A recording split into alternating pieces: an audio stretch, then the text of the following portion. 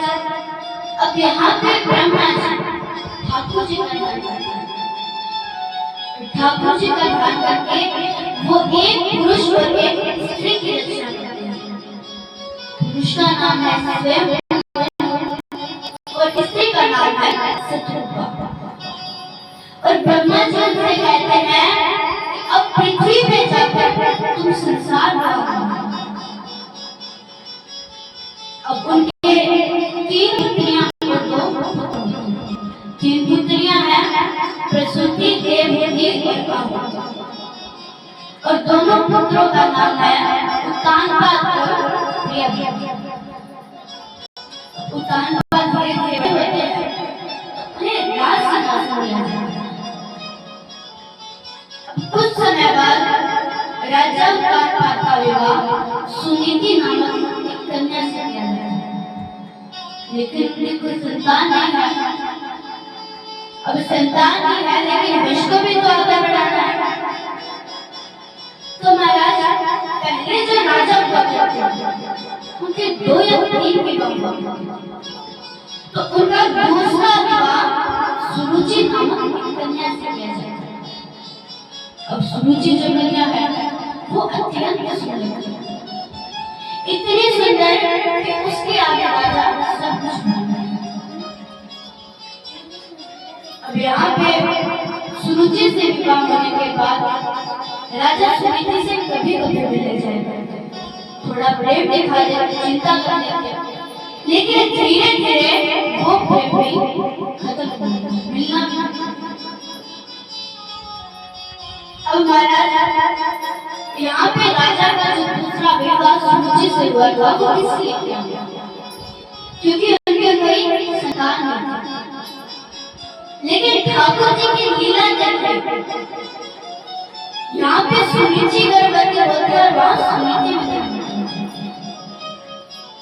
दोनों बहन बड़े होते हैं, तो दोनों के एक बालक सुरुचि के जो बालक होता है उसका नाम रखा गया और सुनीति के जो पुत्र होता है उसका नाम रखा गया। अब बच्चे थोड़े बड़े होते हैं। अब यहाँ पे एक बार राजा युद्ध से युद्ध जीतकर वापस महल में आते हैं, तो यहाँ पे ध्रुव जी को पता चला कि पिताजी युद्ध से वापस उनसे मिलने के लिए हो जाते हैं। लेकिन राजा उत्तानपाद थे, उन्होंने द्वारपालों से कहा कि अंदर किसी को मत डालना। ध्रुव जी यहाँ पे पिताजी से मिल जाते हैं, तो द्वारपालों ने बोला कि राजकुमार आप अंदर नहीं जा सकते, राजा की आज्ञा है, अगर आज्ञा का पालन नहीं किया तो वो हमें दंड देंगे।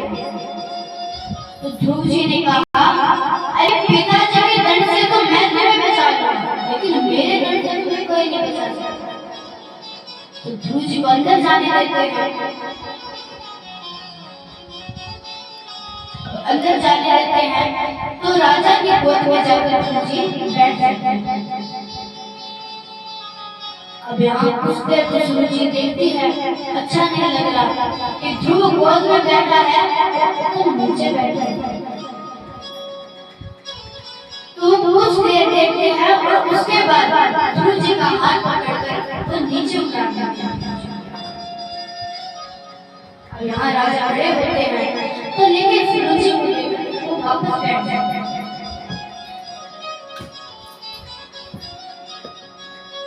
ध्रुव जी खड़े होते हैं और कहते हैं कि पिताजी आप कितने बदल गए। अरे पहले जब भी आप युद्ध से लौट कर आते थे तो पहले माता के पास जाते थे, लेकिन इस बार तो आप माता से मिलने ही नहीं आए।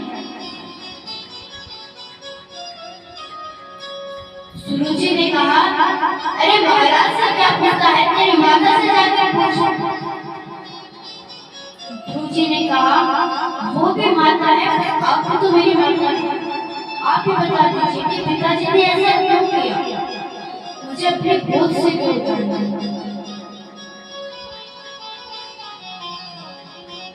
सुरुचि कहती है कि सुनो,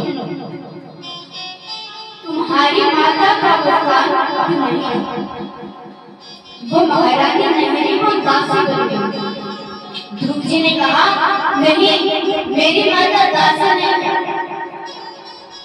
वो यहाँ की महारानी है, बड़ी महारानी है। तो सुरुचि ने कहा महारानी अब वो स्थान मुझे दे दिया और तुम्हारा स्थान तुमको दे दिया। लेकिन ध्रुव जी ने कहा कि नहीं, मेरी माता यहाँ की महारानी है। तो देखिए ध्रुव जी ने कहा कि अच्छी बात है कि उत्तम को जितना दे मुझे उतनी खुशी, लेकिन पिताजी ने मुझे बड़े बोझ से क्यों उतार दिया। तो सुरुचि ने कहा कि अगर तुम्हें पिताजी की गोद में बैठना है तो भगवान विष्णु से चलो और क्या कहोगे कि अगली बार वो जब तुम्हें जन्म दे तो मेरे गोद से तभी तुम पिताजी की गोद में बैठ, लेकिन अब तुम यहाँ से चले जाओ। ध्रुव जी रोते रोते माता के पास आते हैं। माता पूछती है लेकिन बोलते नहीं। तो रोते रोते कहते हैं कि पिताजी ने मुझे अपनी गोद से उतार दिया और मानते नहीं है। तो माता ने चिल्लाकर कहा कि अरे एक मनुष्य की गोद में बैठने के लिए तुम इतना रो रहे हो, बैठना है तो भगवान विष्णु की गोद में जाकर बैठो, वहां से तुम्हें कोई नहीं उठा। ध्रुव जी कहते हैं सही कहा, छोटी माता भी कह रही थी अगर पिताजी की गोद में बैठा है तो भगवान विष्णु से जाकर अभी भगवान विष्णु कहाँ मिलेंगे। तो माता ने कहा कि भगवान विष्णु से मिलने के लिए अभी तुम सोचो, जब तुम थोड़े बड़े हो जाओगे ना तब तुम्हें वन में जाकर तपस्या करने के लिए भेजेंगे, लेकिन अभी तुम सो जाओ। ध्रुव जी सो जाते हैं। अब रात्रि में ध्रुव जी नींद से उठते और मंदिर में जाकर भगवान से कहते हैं कि मैं भगवान विष्णु को भूल गया, मुझे यहाँ पे ना पाकर माता व्याकुल मैं जल्द नहीं लौटूंगा, क्योंकि माता ने मुझे कहा था कि अगर भगवान विष्णु से मिलना है तो तुझे वन में जाना है, तो तपस्या करनी। ध्रुव जी वन में जाते हैं। अब यहाँ पे भगवान चिंता करते हैं कि छोटा सा बालक वन में भटक रहा है, सुरक्षित नहीं। तो वन में नारी जी बैठी है। अब नारी जी आ रहे हैं नारायण नारायण, और ध्रुव जी से कहते हैं अरे पुत्र किसे ढूंढ रहे हो। ध्रुव जी ने कहा आप। तो नारी जी ने कहा तो ध्रुव जी ने कहा बहुत बात सुनी मैंने माता बताती आपका क्या क्या, आप तो भगवान के पास ही रहते हैं, भगवान विष्णु के पास ही रहते हैं, इसलिए आप ही बता दीजिए कि भगवान विष्णु कहाँ मिलेंगे, मैं उन्हें ढूंढने जा रहा हूँ। नारद जी ने कहा कि वो यहाँ नहीं मिलेंगे, उनसे मिलने के लिए मृत्यु का सामना करना,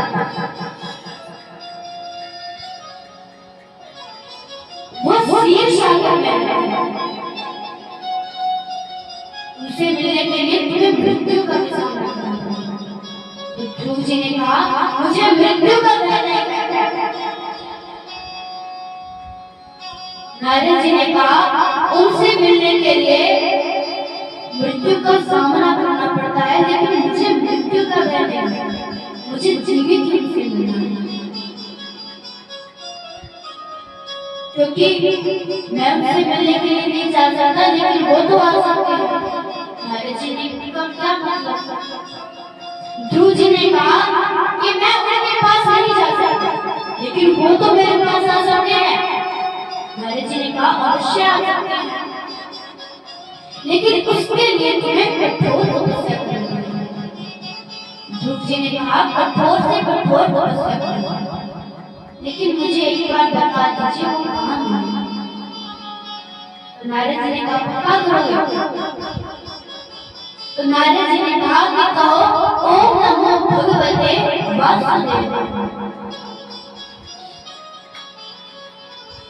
अब ये तो हुआ पहला चरण। धीरे धीरे तपस्या और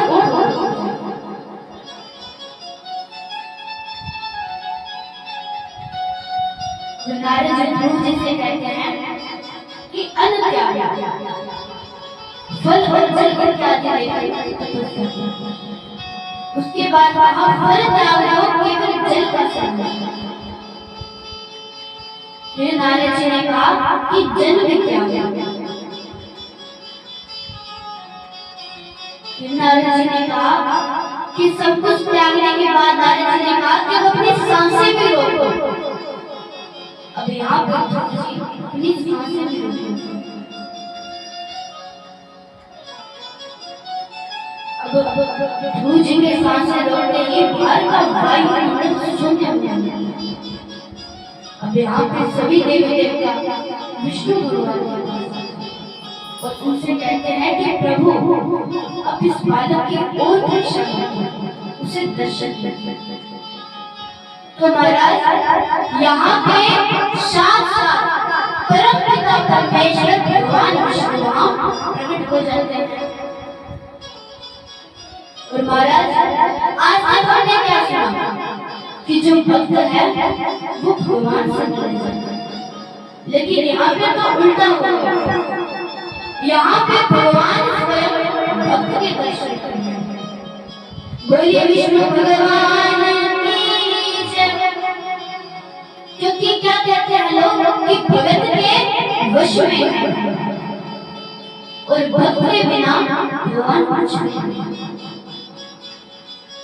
अब यहाँ पे भगवान विष्णु ध्रुव जी से कहते हैं कि पुत्र उठो। ध्रुव जी ने कहा आप कौन? तो ठाकुर जी ने कहा मैं वासुदेव जिसकी तुम तपस्या करते हो। ध्रुव जी खड़े होते हैं तो ठाकुर जी ने गले लगाए।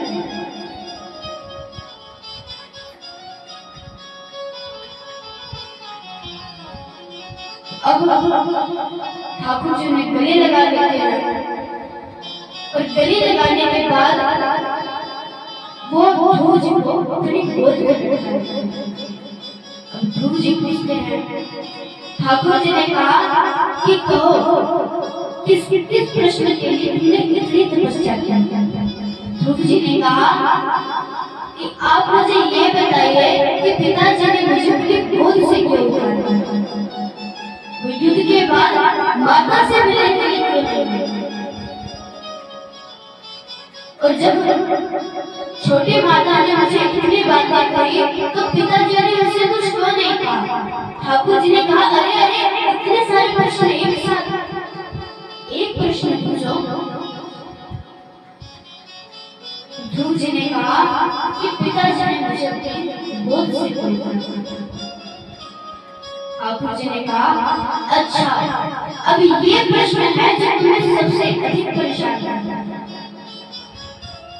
तो ठाकुर जी ध्रुव जी के सिर पर हाथ रखते हैं और साक्षात माता सरस्वती उनके मस्तक में प्रवेश करते हैं।